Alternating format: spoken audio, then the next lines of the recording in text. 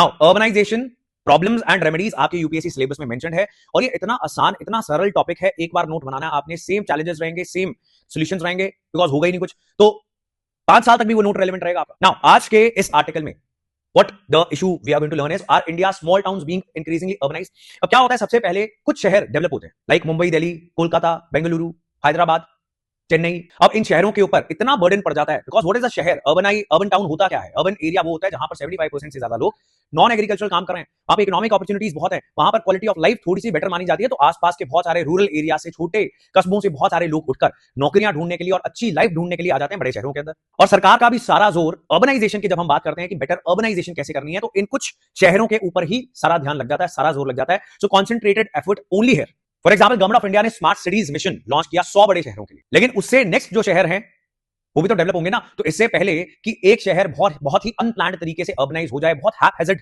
वहां पर डेवलपमेंट हो जाए, कि बाद में वो सारे इश्यूज, पुराना sewerage, bad roads, no green spaces, ये बाद में आप सारे इश्यूज जब सॉल्व करने रखते हो, it is very difficult. Once वहां पर हजारों लोगों की आबादी आ चुकी है, तो उसको आप हटा नहीं सकते रोड वाइड करने के लिए, अनप्लान्ड अर्बनाइजेशन। तो इससे बेटर है कि जो अभी छोटा कस्बा है, जो छोटा टाउन है, जो बड़े शहर की ओर तब्दील हो रहा है, तो आप उसको डेवलप कर लो, उसको प्लान अर्बनाइजेशन करो जितनी हो सकती है। तो उसके लिए सरकार ने लॉन्च किया AMRUT Atal mission for rejuvenation and urban transformation for the next 500 cities after 100 smart cities.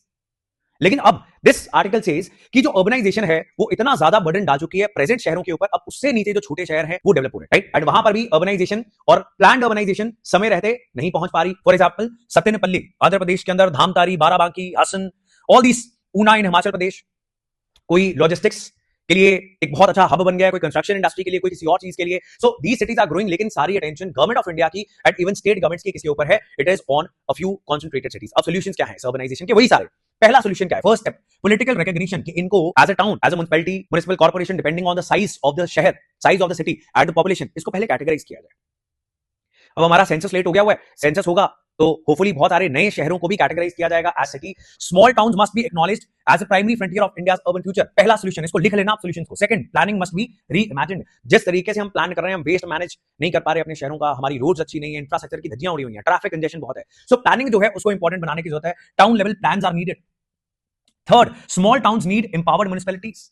Her urbanization के आर्टिकल के अंदर यही डिस्कस होता है कि अर्बन लोकल बॉडी, जो म्युनिसिपल कॉर्पोरेशन है, उसके पास पावर नहीं है, उसके पास ऑटोनॉमी नहीं है, अपने फैसले नहीं ले सकती, अपने रिसोर्सेज नहीं रेज कर पा रही, एंड इसलिए स्टेट सरकार के ऊपर डिपेंडेंट है। स्टेट सरकार पैसे और पावर आगे नहीं डेलीगेट करना चाहती। So that is the third solution, again the same. Finally, capital must be disciplined. जिस तरीके से वो अपने रिसोर्सेज का इस्तेमाल कर रहे हैं और बहुत कर्जे में डूबी हुई हैं ज्यादातर municipal bodies, they don't get loans also. अब उनको लोन भी मिलने बंद हो गए देश के अंदर। सो ये कुछ सॉल्यूशंस हैं जो हमेशा से सॉल्यूशंस हैं और रहेंगे।